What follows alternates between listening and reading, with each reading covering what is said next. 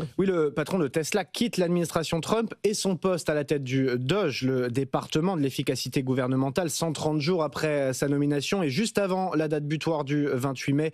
Au-delà, il aurait en fait dû rendre des comptes devant le Congrès américain. Alors on va faire le bilan avec vous, Antoine Hollard, depuis Washington pour BFM Business. Et on est loin de ce qui avait été annoncé, Antoine. Oui, le bilan du Doge est plutôt maigre, 170 milliards de dollars d'économies selon les chiffres officiels, très loin des 1000 milliards promis au départ.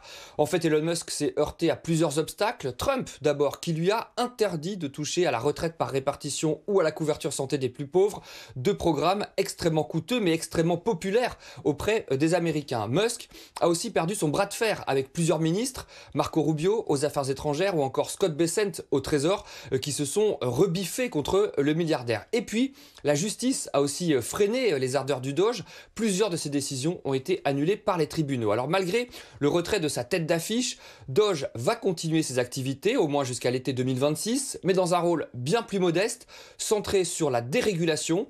C'est Russell Vought qui est pressenti pour en prendre la tête. Ce haut fonctionnaire, actuellement en charge du contrôle budgétaire, dit vouloir rendre permanentes les coupes du Doge, mais certains spécialistes estiment que sans Elon Musk, les agents du Doge auront désormais beaucoup de mal à s'imposer face aux membres de l'administration Trump ou aux élus du Congrès.